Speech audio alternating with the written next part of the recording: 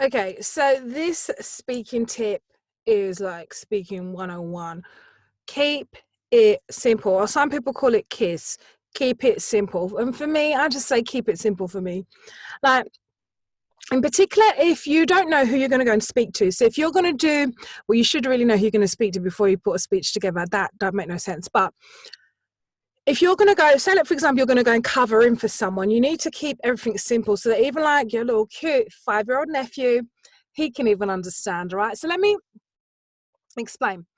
You need to know your own topic in detail, but you don't need to give all of the detail out at once in like a 20 or 30 or 40-minute podcast or a training session or webinar. Does that make sense? Because you can't just heave all of your 20 or 30 years of experience into 40 minutes. It's impossible.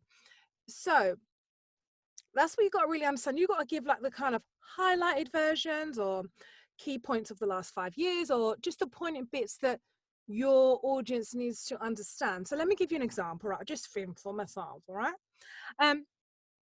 You got to imagine that you're talking to someone like, okay, let me do my favorite topic.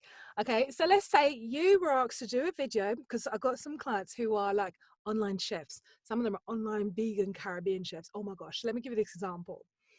So imagine you're going to be talking to someone who they need to know you're going to do a webinar on how to make chicken and rice. Okay, let's keep it simple. So of course you are going to be showing the products, but you've got to go from the basics. So don't kind of start at the end with the Dutch pot and all the seasoning and all the food all cooked down in it. No, because you got to start from the beginning and keep it simple. Okay, so say for example you might have to do the basics like buy chicken, wash chicken, season chicken, fry it a little bit, brown it, put it into the, all of these different things. You might have to kind of do kind of baby or bite-sized chunks so that the people who are watching your cooking webinar will know. And I like with food ones, you don't have to talk too much. The food, I find, does the cooking, but you do have to add and explain. Okay, I'm putting a teaspoon of this, 2 scoops of that, etc. You've got to kind of explain the quantities. Okay, so that lady who cooks, oh my gosh, I love food, right? So what you got to think of, right, is make sure that your talk leaves your listeners informed rather than overwhelmed. Because if you've overwhelmed them even, you've said too much and it's just kind of gone over their head and they haven't really taken much apart from it's all too much for me. Okay, you don't want people feeling like it's too much. No, you want them to feel that gift, they've got enough to help them right there and then, and they'll be interested in maybe spending more time with you on another one-to-one call or another webinar or whatever extra coaching things you give. So keeping with my online chef here, because the food is banging, she has got to be able to teach. Now, obviously she can cook a wealth of stuff, but you've got to narrow it down. Like, what do these people need to know how to cook chicken and rice? As I've said, prepare, cook, season, cook the chicken. Then you'll do a bit of vegetables, and then you'll kind of do the rice. So she's got to kind of do it off in the basics, and she puts the complex thing first. And you've got to really pretend like that you're speaking to, like, even like your cute, as I said, your cute 5-year-old nephew, so that like even he needs to understand everything. So there's no point using jargon. I know for myself as well, don't talk fast. I know, I say it to myself as well. Even though you have a lot to share, you don't have to share everything. Your life is not going to, prayerfully, life is not going to end right then and then. So you've always got to remember, whether you're going to do this online webinar, you're going to give out training about build your brand, or it could be your person who's speaking, training a webinar of online chef, or like myself, I teach women in business, corporate, or who've got a side hustle, how to speak more effectively in that business format. So with me, I could have like a one-to-one training call, 60 minutes. There's no way I can get all how many years in 60 minutes into this person. It's impossible, because if it's taken 20 years for me or someone else to get all that experience and knowledge, it's no way going to transfer within 60 minutes or whatever, or even into one book. There's always something more that you want to add. Yeah, so you got to think, what can I, so the talk or the webinar, or for me like a one-to-one, that's not my opportunity to tell them everything that I know.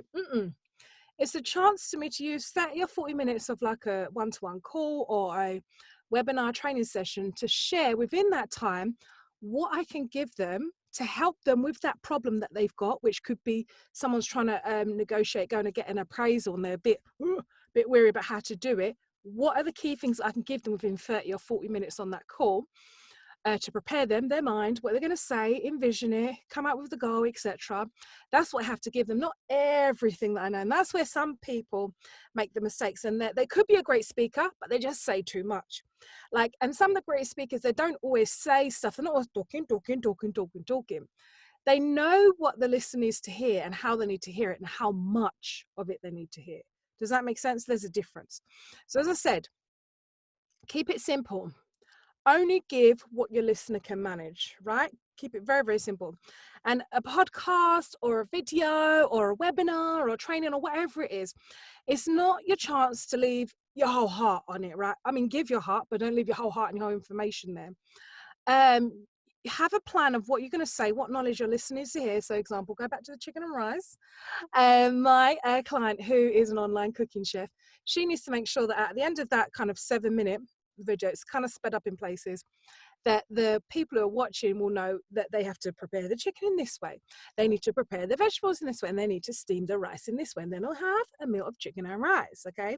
So you've got to think what does the listener need to hear, and how can I give them what they need to hear within the time block that I've got without overwhelming them, just giving them the essential, 1-2 kind of thing. Give them what they need, not all that you know. There's a huge difference in that. And that's what I think sometimes women struggle because they over talk, overthink, then over talk. Don't do that. Okay? So that's what I wanted to say. Keep it simple. In particular for me, I like stuff very, very simple, clear. Okay? Because your listener can only really handle a certain amount. And once it's gone to overwhelm, you've mucked it up. Trust me, you're not going to be as seen as effective or even a very skilled speaker once you've done that. I'm not saying it cannot be rescued, yeah, but I'm just saying give a little bit as much as your listener can manage, yeah? Don't overteach, don't over preach it, don't overdo it. Just think, who's your listener and what do they need to know within the time frame that you've been given, all right?